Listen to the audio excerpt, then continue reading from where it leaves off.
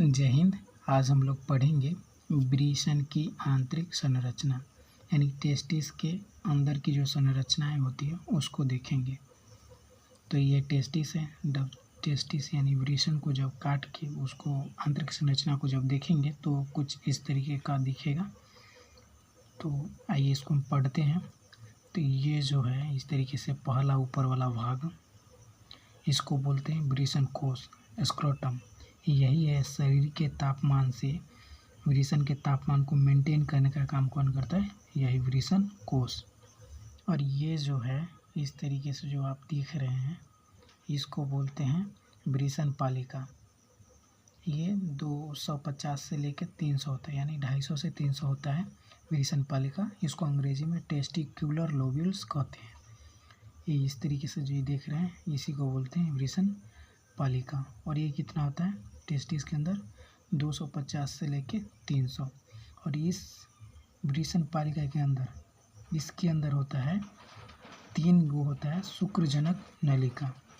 इसको इस शुक्रजनक नलिका को बोलते हैं, ये जो है इस तरीके से आप देख रहे हैं इसको बोलते हैं शुक्रजनक नलिका, अंग्रेजी में सेमनीफेरस ट्यूब्यूल्स। इसी के अंदर क्या होता है, शुक्राणु बनता है। और ये जो है यानी स्क्रोटम, यानी वृषण कोश को और वृषण को जो जोड़ के रखता है, जो देख रहे हैं आप, इसको बोलते हैं गुबर्नेक्युलम। यही है जो वृषण कोश को और वृषण को जोड़ के रखता है।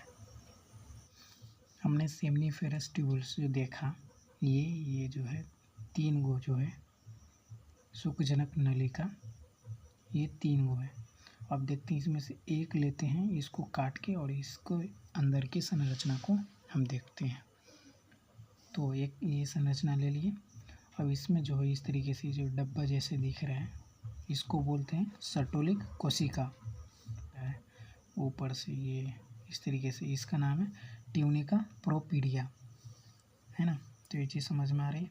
और ये जो है जो इस तरीके की संरचना ये है, ये भी इस तरीके से संरचना इधर भी रहेगा। और बीच में जो ये खाली जो जगह है, ये जो दिख रहा है ये सब, इसको बोलते हैं लीडिंग कोशिका। ये जो है इसको बोलते हैं लीडिंग कोशिका। इसी के अंदर यहाँ पर होता है पुंजन, इसको बोलते हैं अंग्रेजी में एंड्रोजन। ठीक है, एंड्रोजन समझ में आ रहा है। इस तरीके ये जो दिख रहा है ये एंड्रोजन, और ये जो है लीडिंग कोशिका।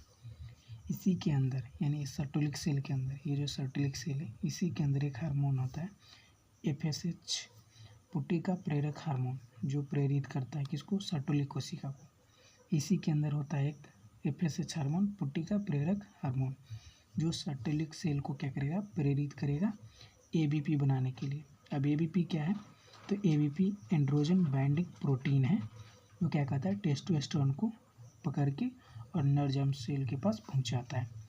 और टेस्टोस्टेरोन कौन बनाता है, तो एंड्रोजन। यही जो एंड्रोजन हिंदी में बोलते हैं पुंजन, यहाँ पे होता है। और ये क्या करता है, टेस्टोस्टेरोन बनाता है। और इस टेस्टोस्टेरोन को ये जो एंड्रोजन बाइंडिंग प्रोटीन टेस्टोस्टेरोन को पकड़ के नर जर्म कोशिका तक ले जाता है। और ये जो नर जर्म कोशिका है, ये जो दिख रहा है नर जर्म कोशिका, ये क्या करता है, शुक्राणु बनाता है। और जब ये शुक्राणु बन जाता है तो ये सर्टोलिक कोशिका शुक्राणु को पोषण देता है। तो आपको समझ में आ गया कि शुक्राणु कैसे बनता है, कैसे इसका निर्माण होता है टेस्टिस के अंदर। तो आज के लिए बस इतना ही।